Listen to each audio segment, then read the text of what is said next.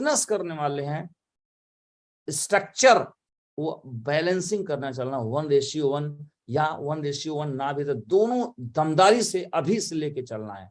ये नहीं कि सर आप मेरा चला दीजिए अपलाइन को, मैं एक चला लेता हूं, इस टाइप की मिल जाए ऐसा सहयोग तो अच्छी बात है, मगर इस तरह से जो लोग काम करते हैं बाद में पछताते हैं। मैं खुला बोल रहा हूं, आपको ही रिस्पॉन्सिबिलिटी लेनी चाहिए कि मैं स्ट्रक्चर बहुत शानदार बनाऊंगा, क्योंकि ये पूरा गेम स्ट्रक्चर का है। अगर आप इसमें फेल हुए तो आप हमेशा कमजोर लीडर बने रहेंगे, और कमजोर होना जिंदगी का सबसे बड़ा अभिशाप है।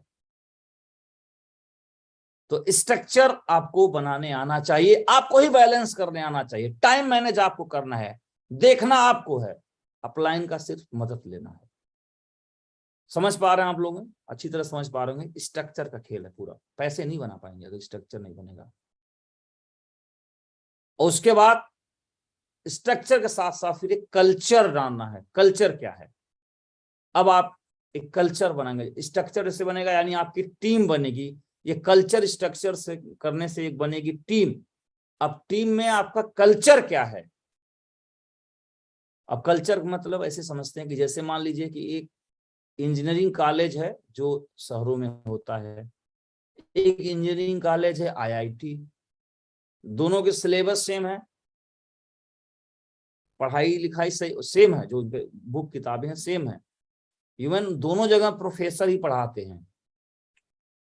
लेकिन आईआईटी में पढ़ने वाला बच्चा और एक सामान्य इंजीनियरिंग से करने वाले बच्चे में अंतर इतना ज्यादा क्यों हो जाता है? बहुत ज्यादा अंतर होता है, जमीन आसमान का अंतर क्यों हो जाता है? सिर्फ एक चीज का अंतर है, मात्र कल्चर का अंतर है।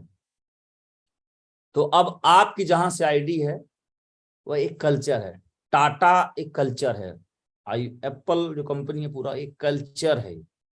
इस बिजनेस में भी जहां से आपकी आईडी है, रॉयल डिमोस्टी में कल्चर है, सक्सेस सपोर्ट सिस्टम में कल्चर है, मगर उस कल्चर में भी जहां से आपकी आईडी एज ए लीडर आप प्रभावित करने वाले हैं अपनी टीम को, और आपकी टीम का कल्चर बनता है आपसे। तो कल्चर कैसा होना चाहिए? वो कल्चर होगा आपका व्यक्तित्व, आपका जो व्यक्तित्व है उससे कल्चर बनने वाला है। तो क्या उसमें प्रमोशन का कल्चर है? क्या उसमें टारगेट जीतने का कल्चर है? क्या उसमें टाइम पे आने का कल्चर है? अभी कल्चर एक बहुत बड़ा सब्जेक्ट हो जाता है, जिसमें पूरा व्यवसायिक जीवन क्या है आपकी टीम का, वहां लोग रख रखाव क्या है, रहन सहन क्या है, वर्किंग स्टाइल क्या है, शेड्यूल क्या है, बातचीत का तौर तरीका क्या है, पूरा होल जो व्यवसायिक जीवन है वह एक कल्चर है। अगर वह कल्चर स्टार वर्क जैसा होगा, टाटा जैसा होगा, तो आपकी टीम हमेशा टॉप पे बने वाली है। और अगर वो कल्चर खराब हुआ, वहां पे राजनीति है, वहां पे कानाफूसी है, वहां पे लेजी लोग हैं, वहां पे झूठ बोलने वाले लोग हैं, तो यह भी एक कल्चर है। अगर इस टाइप का कल्चर डेवलप हुआ तो आपका ये स्ट्रक्चर भी नष्ट हो जाएगा और टीम भी खराब हो जाएगी। और ये खतरा आता ही है जीवन में अगर इससे सतर्क नहीं रहेंगे तो अगर आप फिट रहेंगे। अब मैं उदाहरण लेता हूं, हम सभी के पथव्रत श्रीमान नरसिंहवाल साहब को, वो उनका जो रहन सहन है, उनका जो वर्क एथिक्स है, सर के वर्क एथिक्स देखेंगे तो सर के जो नीचे खासकर 1 2 3 4 3rd 4th जनरेशन तक अगर आप लीडर्स को देखेंगे तो आप वो सभी आप ग्रेट पाएंगे। जैसा आपके टीम में श्री सुनहरी लाल जी एक तरफ देखेंगे, श्रीमान माधव सर, श्रीमान विजयपाल सर, अगर ऐसे आप देखेंगे नीचे तो कल्चर सर को लोग फॉलो करते हैं और उनमें आप कोई त्रुटि नहीं पाएंगे। आप व्यवसायिक तौर पे तो बिल्कुल नहीं पाएंगे। आप एक बहुत बड़े मुकाम पे हैं वो लोग, एक ड्रीम है उन सभी जैसा बनना। तो ये कब कब क्यों ऐसा हो पाया? क्योंकि और भी तो अपलाइन सेफ साहब में रहे हैं, मैं नाम किसी का नहीं लूंगा। तो उनका क्या हुआ? तो एक आपके अच्छे होने से टीम को बहुत फायदा मिलता है। तो सर को बहुत बहुत धन्यवाद हम लोग देते हैं कि हम उनके साथ हैं, लेकिन हम जहां से हैं हमारा भी कल्चर वहां से शुरू होता है। तो ये बिजनेस में सच बताएं तो 2 ही गेम है, बिजनेस परिवार देश सब जगह यही काम करता है।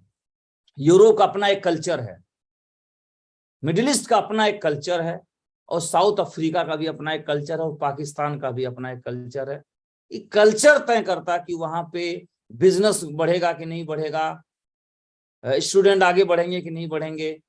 वहां पे हरियाणा का एक कल्चर है कि वहां पे खिलाड़ी निकलेंगे।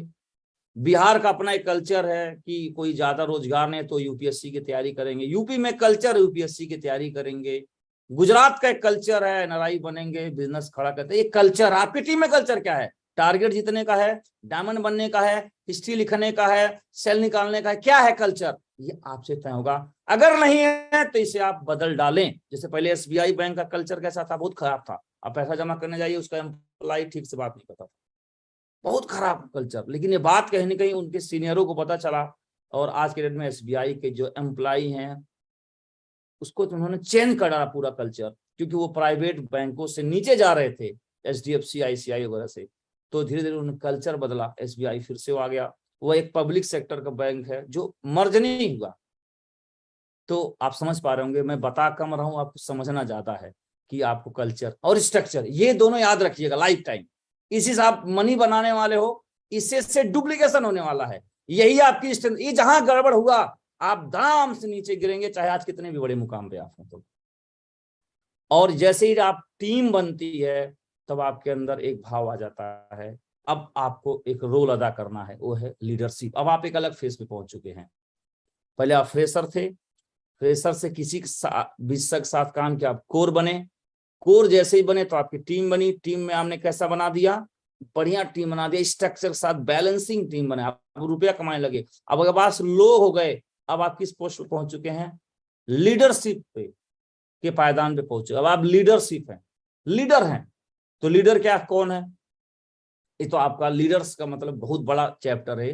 कुछ पॉइंट हमने कवर किया जो प्रैक्टिकली होना करना ही है। तो आपको एक तो कम्युनिकेशन, यानी एज ए लीडर तो आपको बातचीत तौर तरीका ये अच्छा आना चाहिए, अपने डाउन से, अपने साथियों से बात करना और अपने अपलाइन दोनों से। तो एक लीडिंग रोल में है आप। तो कैसे लीडर मीन्स आपसे बातचीत होनी चाहिए, पूरा नेटवर्क आपसे जुड़ा होना चाहिए, कनेक्टिविटी बनी रहनी चाहिए।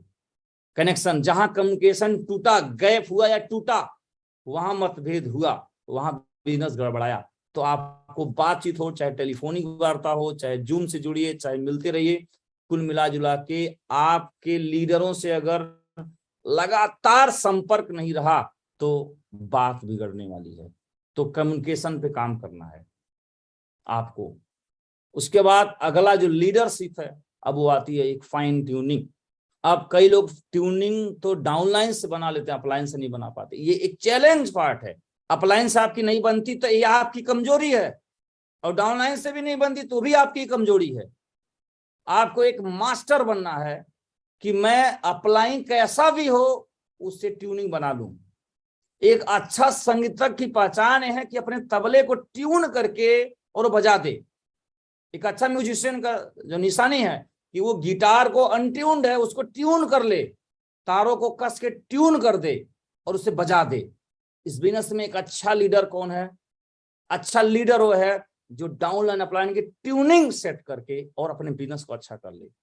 इसमें मास्टरी हासिल करना है, ना कि आदमी ना अपलाइन बदल सकते, ना बार बार डाउनलाइन बदल सकते। तो एक ट्यूनिंग अच्छी आनी चाहिए।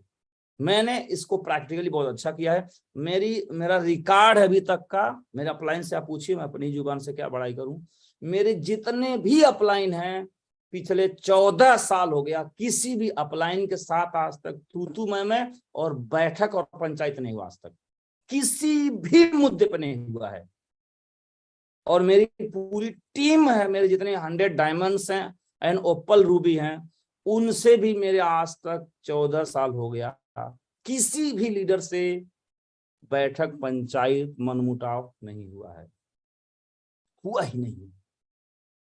तो एक ट्यूनिंग बना के रखना होता है। इसमें आपको नहीं आती है तो आप कमजोर हो, आप मेहनती हो, आप बढ़िया बिजनेस कर रहे हो, मगर आपको नुकसान उठाना पड़ सकता है। और अगला पॉइंट है सेलिंग। हम बिजनेस कर रहे हैं तो बिजनेस क्लोजिंग कराने आना चाहिए, सेल क्लोज कराने आना चाहिए। कई लोग सब काम कर लेते,